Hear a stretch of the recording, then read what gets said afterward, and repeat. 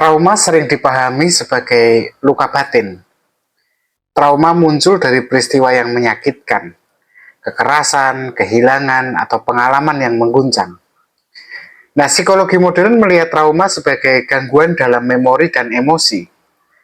Ingatan itu terlalu berat untuk dihadapi, sehingga muncul dalam bentuk mimpi buruk, kecemasan, dan kadang-kadang perasaan menjadi lumpuh. Nah, Sigmund Freud adalah salah satu pemikir psikologi atau bahkan filsuf dia ya, yang pertama kali mengaitkan antara trauma dan mekanisme bawah sadar. Menurut Freud, ingatan traumatis yang sering ditekan itu menimbulkan munculnya kembali pikiran yang ditekan itu dalam bentuk gejala. Nah, gejala itu ada kecemasan, ada histeria, atau perilaku-perilaku psikotik yang susah dijelaskan.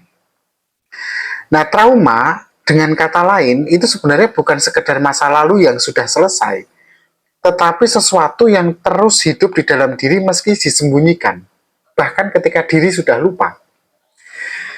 Tetapi dalam filsafat, kita menemukan perspektif yang jauh lebih luas. Seorang filsuf Prancis, Paul Ricoeur, berbicara tentang memori sebagai bagian dari identitas kita. Ingatan, baik itu yang indah maupun yang pahit, itu membentuk siapa kita. Kita, kalau menurut Ricoeur, sebenarnya adalah kisah yang kita ceritakan tentang diri kita sendiri. Tetapi bagaimana jika kisah yang kita ceritakan ke diri kita sendiri itu rusak oleh trauma, oleh kepedihan, kegagalan? Apakah diri kita juga ikut retak bersama dengan cerita itu? Pertanyaannya menjadi lebih rumit, yaitu apakah penyembuhan berarti dengan melupakan trauma yang telah terjadi, kepahitan yang telah terjadi, atau justru mengingatnya kembali dengan cara yang baru?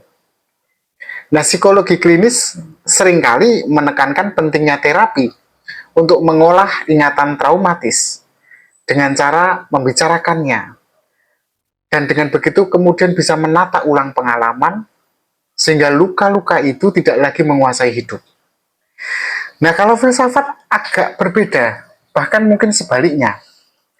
Filsafat mengingatkan bahwa ketika kita mencoba mengingat apa yang mungkin tidak ingin kita ingat, itu adalah bagian dari tanggung jawab kita sebagai diri sendiri. Karena ketika kita mencoba menghapus ingatan, kita sebenarnya juga beresiko kehilangan sebagian dari siapa diri kita yang sebenarnya. Disinilah dilema trauma terasa semakin dalam. Kita ingin melupakan agar tidak terus-menerus merasa atau mengingat rasa sakit, tapi pada sisi yang lain kita juga tahu bahwa tanpa ingatan itu, kisah kita tidak lengkap. Nah, Ricoeur menyebut proses ini sebagai hermeneutika diri, sebuah penafsiran ulang atas pengalaman diri manusia. Dengan menafsirkan segala yang pernah terjadi, termasuk yang traumatik, kita sebenarnya tidak hendak menghapus masa lalu, tetapi menempatkannya dalam kisah yang jauh lebih luas. Luka tentu saja masih ada, tetapi luka itu menjadi bagian dari narasi yang mengutuhkan jiwa kita. Implikasinya tentu sangat nyata ya teman-teman untuk kesehatan mental hari ini kalau kita menggunakan pendekatan Ricoeur. Banyak orang kan mencari healing yang instan, seolah-olah trauma bisa hilang begitu saja. Padahal mungkin yang jauh lebih realistis adalah belajar hidup bersama luka itu, dan dengan begitu akan menemukan makna yang baru. Jadi apakah trauma harus dihapus atau justru diintegrasikan ke dalam cerita hidup kita? Mungkin jawabannya bukan memilih salah satu, melainkan menerima bahwa diri kita terbentuk dari keduanya, dari ingatan yang memberi kita kekuatan, tapi juga dari luka yang mengajarkan kedalaman.